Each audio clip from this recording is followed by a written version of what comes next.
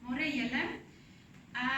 Ons gaan aangaan presies soos wat julle die eerste kwartaal gedoen het en soos wat ons by die huis gegaan het. So julle gaan maandag, dinsdag, woensdag, donderdag DWO werk kry, wat huiswerk is vir die ouens wat by die skool is.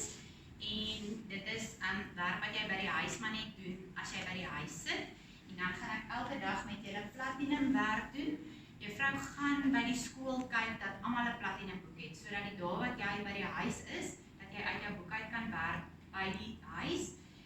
Daar is 'n PDF opgelaai ook vir hierdie week, wat ek vir julle foto's geneem het uit die platinum handboek uit. Maar ons gaan probeer dat julle elkeen 'n platinum handboek nou het om by die huis te hê. Goed, dat julle DWO werk vandag, is dit bladsy 2 en 3. Ek gaan nie vandag die storie lees nie sodat die video kort is. Hier is 2 net trek 'n kruisie antwoordjies as jy klaar die storie deurgelees het en dan 5 wat jy moet invul vragies wat jy vir my moet doen. Môre moet hierdie reeds klaar wees.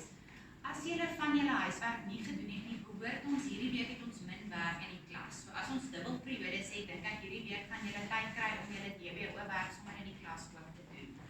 Goed, dan is vandag se platinum boek. Gaan julle vir juffrou 'n lyn trek na jou laaste werk. Maak nie saak of jou werk wat jy by die huis gedoen het in jou skrif is en of dit op ander papiere is nie. Sorg net dat jy bybly vir my van nou af. So trek 'n lyn na die werk wat jy laaste gedoen het. Maak nie saak wat se werk dit was nie. Dan tel julle vir ons 10 lyne en dan gaan jy skryf kwartaal 3. Jy kan los of vas skryf en dan kan jy prentjies inplak, jy kan prentjies teken. Maak dit vir ons mooi, gebruik kleurpotlode, maar onthou om nie iets te gebruik wat deurslaan nie.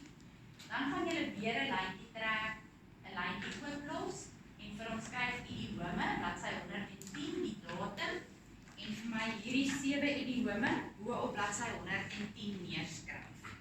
Kyk in jou handboek wys mooi vir jou kwartaal 3 en ons is nou by week 1 en 2. As jy net omblaai van kwartaal 3 af, is dit hierdie 7 idiome. Goed, dan sien juffrou môre die blou groep.